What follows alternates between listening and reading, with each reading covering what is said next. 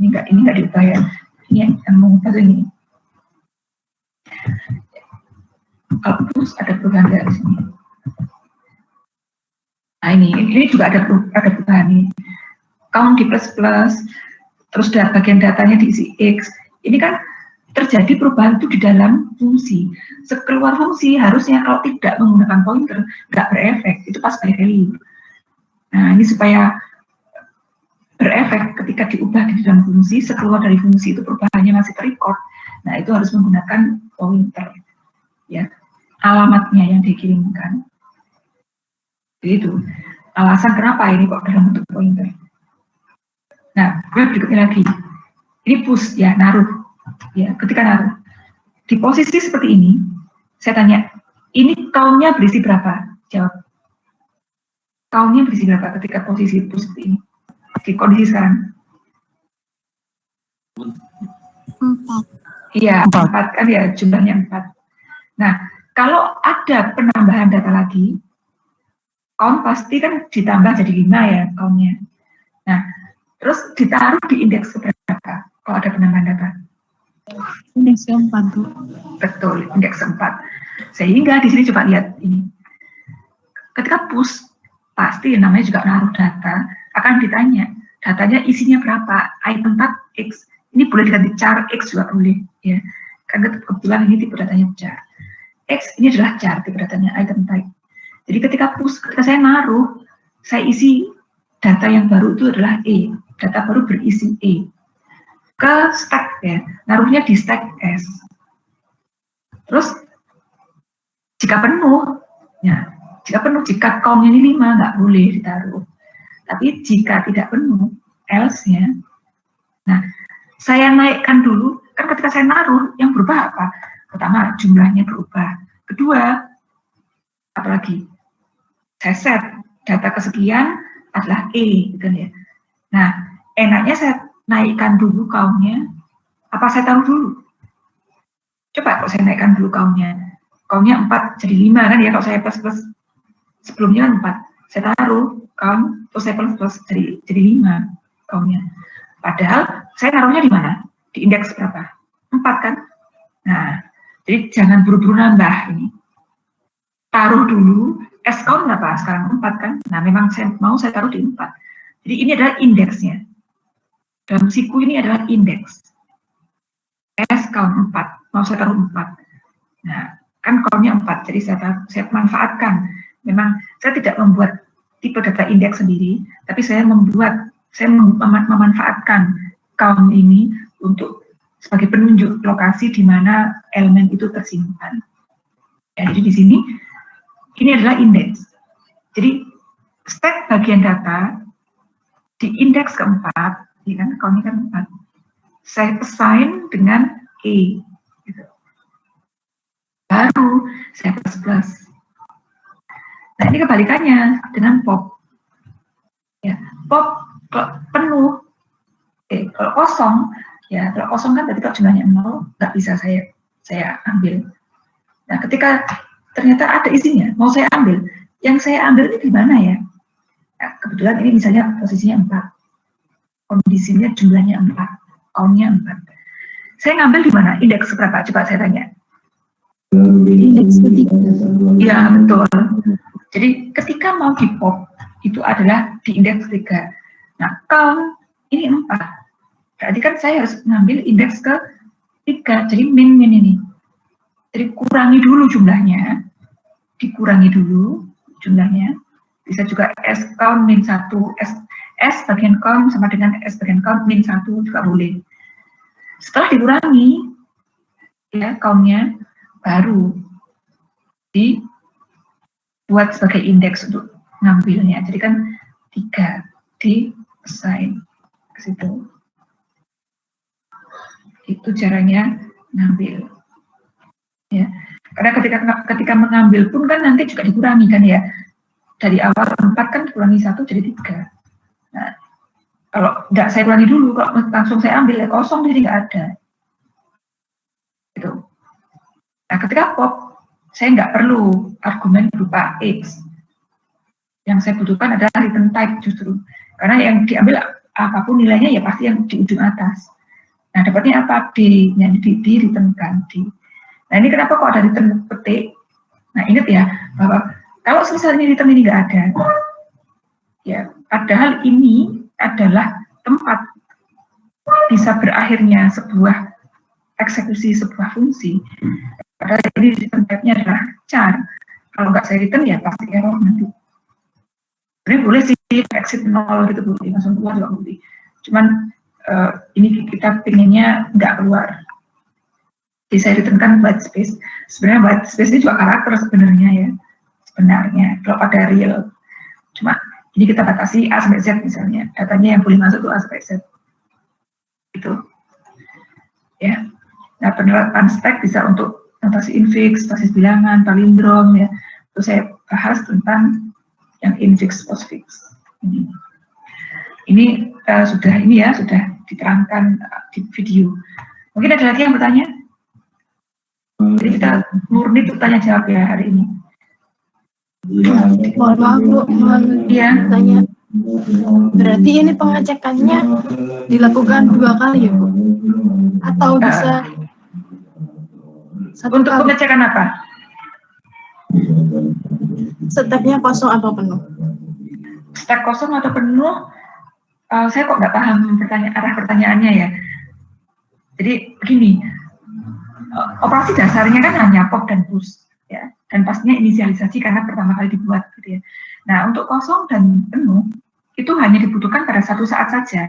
Misalnya, saya tanya pop, ya, pop ini yang kondisi mengkhawatirkan ketika apa sih? Ya kan ketika kosong di pop nggak boleh. Gitu. Kalau penuh, ya silakan, nggak apa-apa, nggak masalah. Pop nggak ada kaitannya dengan kondisi penuh. Gitu. Nah, terus gitu, naruh kok penuh. Nah, makanya is penuhnya itu dibutuhkan ketika kita mau push. Kalau udah penuh kan ya nggak boleh lagi dimasukkan. Itu. Yang tanya siapa ini?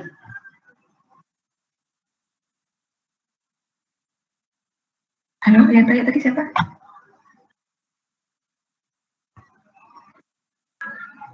Ada lagi yang bertanya? Oh, ya, terima kasih. Ada lagi yang bertanya? Ya, silakan. Ketika implementasi stack menggunakan linked list itu kan tidak akan pernah penuh ya Bu ya? Tapi ya, betul. Apakah itu berpengaruh dengan hardware Bu? Memori hardware gitu? Iya, itu memang. Jadi, terima kasih. Yang tanya siapa? Mustafa Saiful Kamal Bu. Terima kasih Mustafa. Jadi, betul sekali. Linked list itu kan ketika dibutuhkan baru dibuat dengan perintah malloc, ya, ingat ya. Ketika kita mau menambahkan data, maka dia bisa diterima atau tidak. Itu kan jika datanya ketika ada data mau ditambahkan, ya, dia baru memesan tempat di memori dan perintah malloc. Selama space memori itu masih ada, maka ya bisa berhasil. Makanya ketika ingat kan waktu kemarin kita belajar double linked list dan linked list, ketika malloc itu kan ada if else. If gagal, if return value-nya itu nol, berarti gagal, dia nggak bisa menemukan space kosong, sehingga return nol. Else, jika tidak nol, maka masukkan itemnya X misalnya, terus next pointer next-nya dinulkan, gitu kan ya. Jadi benar jawabannya. Jadi kegagalan pemesanan memori itu terjadi jika memang sudah tidak ada memori yang bisa dipesan. Jadi linked list yang array nanti yang stack yang diimplementasikan dengan menggunakan linked list, maka akan terjadi penuh ketika memorinya memang sudah penuh. Selama memorinya masih ada space, ya akan bisa terus dibuat. Nah, berkaitan ini dengan implementasi array dengan menggunakan stack dengan menggunakan linked list. Kalau diamati ya, stack dengan menggunakan linked list.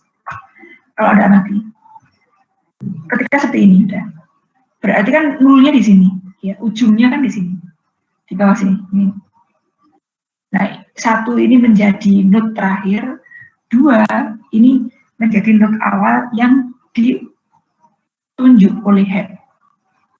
Nah, kalau Anda amati, ketika push itu sebenarnya adalah similar sama dengan kegiatan insert awal. Ketika pop itu sebenarnya identik dengan operasi apa? Delete apa? Delete apa? Delete akhir. Delete akhir. Delete akhir. Coba diamati ya. Semisal bentuknya seperti ini. Ini tuh link listnya. Asumsikan ini link list. Head-nya tuh di mana sih head-nya? Head di atas apa di bawah? Head. Ini juga. Di mana head-nya? Head-nya tuh di atas ini. Ini head. Tail-nya tuh di sini, di bawah sini, di pusing. Ini menuju ke single list ya, asumsinya ini ya. Jadi satu itu adalah node terakhir di ujung. Jadi nulnya di sini. Nah, pertanyaan saya tadi, ini kan head-nya di atas ini. Pertanyaan saya, ketika operasi push itu identik dengan operasi apa di link list? Push dari atas. Silakan dijawab.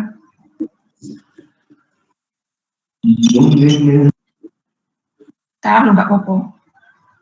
Ayo jangan, nanti kalau habis ini saya akan ngasih tugas loh habis ini. Insert akhir berarti Bu. Insert Ya awal lah. Ya insert awal. Lah kan ini headnya di sini, headnya di atas.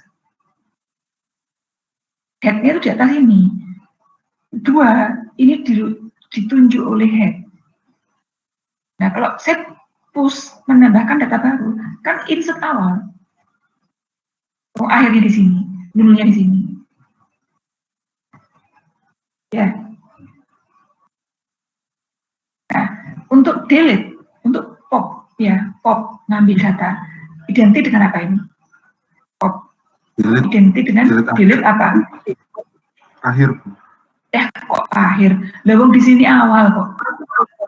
delete awal. Iya, delete awal. Delete awal itu. Akhir kan di bawah loh. Akhir itu di bawah. Kan ini identik dengan begini toh. Coba saya gambarkan. Ya, kalau saya punya link list seperti ini, single link list. Ya, ini sudah saya kasih, ini nul kan? Ya, ini saya kasih ini aja. Single link list. Ya, ini head. Ya, ketika data masuk, ini nul ya. Data masuk kan di sini. Satu. Data masuk lagi di sini. Ini 3. Ini. Kalau ada masuk lagi kan di sini tempatnya. Ini apa? Yang ditunjuk oleh head ini berarti apa? Insert apa? Kok bingung jadinya? Apa? Kan berarti ini 1, ini 2, ini 3, ini 4. Gitu kan ya? Kalau ada 4, saya insert di mana? Di head kan? Nah, jadi ini 4. Itu ada insert awal. Ya. Ini insert identik dengan insert awal. Jadi push X misalnya. Push X, S. Ada yang lupa suaranya. Yang lupa nge-mute. Ada yang lupa nge-mute. Minta tolong di-mute dulu suaranya. You're right, he's gonna kill it. Siapa ya yang lupa nge-mute? منها يأكلون ولهم فيها منافع Halo? Siapa yang lupa nge-mute? Ya, jadi push itu setara dengan insert awal. Pop. Katanya pop. Pop itu gimana yang di pop? Katanya yang di pop 1 dapatnya 1, 2, 3, atau 4. Coba dijawab. Kalau saya melakukan pop, mana yang diambil? 1, 2, 3, atau 4? 4, Bu. Betul. Ini kan sama dengan delete awal. Kok iso tadi ini kalau nambah tadi loh pertanyaan saya. Ketika saya nambah, kan di sini itu insert awal. Nah, kok ketika pop kok malah delete akhir? Dapatnya 1 lah delete akhir. Enggak benar. Pintunya tuh hanya 1. Pintunya dari head ini saja atau dari atas ini saja pintunya. 1 pintu ini aja. Masuk keluar ya dari 1 pintu. Gitu. Ya. Oke. Ada lagi yang bertanya? Jadi implementasi dengan linked list ini setara dengan insert awal dan delete akhir. Delete awal. Oke, apakah ada yang bertanya? Jika tidak ada, saya kasih tugas untuk dikumpulkan malam ini juga, ya. Jam 12 saya deadline. Langsung dikirimkan di Google Drive, Google Classroom, ya. Ini implementasi code yang saya bikin di video. Ya, jadi mengimplementasikan operasi push pop, kemudian inisialisasi kosong penuh, ya. Misalnya saya masukkan mengisi step, masukkan elemen A. Apakah ya? Lagi nambah ya. B. Apakah lagi? Ya. Saya isi sampai 5. Itu kan max 10 ya. B. Ya. Ya. B. Apakah lagi? Tidak. Nah, begitu selesai, langsung ditampilkan di pop gitu. Popnya kan dari ujung yang terakhir masuk. Last in, first out. Last in, first out. E, D, C, B, A, gitu. Ya, jadi Anda membuat program seperti ini, codingnya tampilkan di laporan, dan outputnya seperti ini disajikan. Apakah ada yang bertanya?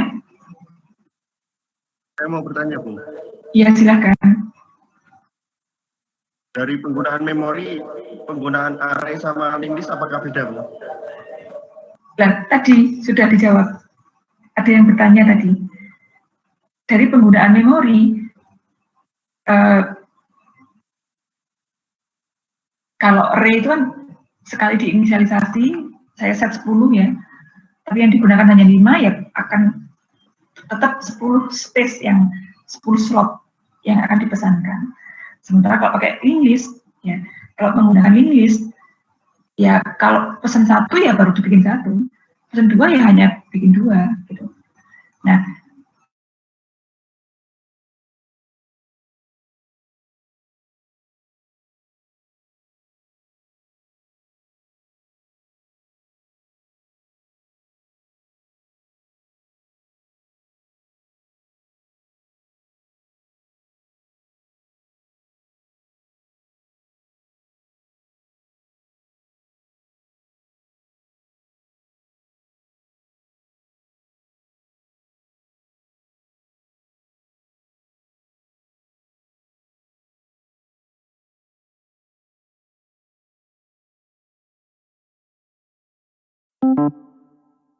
implementasikan stack dengan menggunakan array dan ilustrasikan operasi push pop seperti yang saya tampilkan ini. Itu tugasnya. Ya. Jadi ini tugasnya. Ada yang tanya lagi?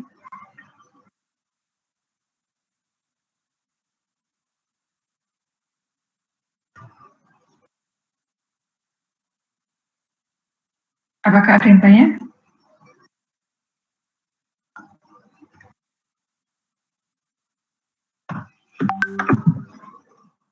Kalau tidak ada, ini ya, saya buat nanti assignment seperti ini. Jadi buatlah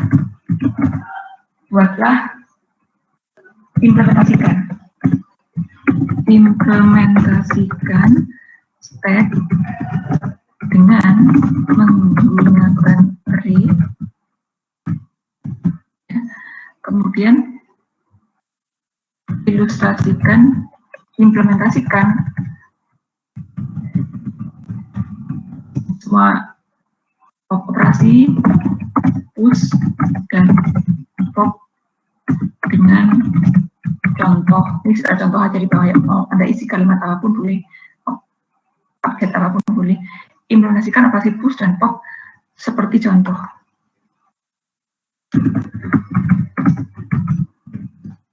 Ikut ini. Ya. Terus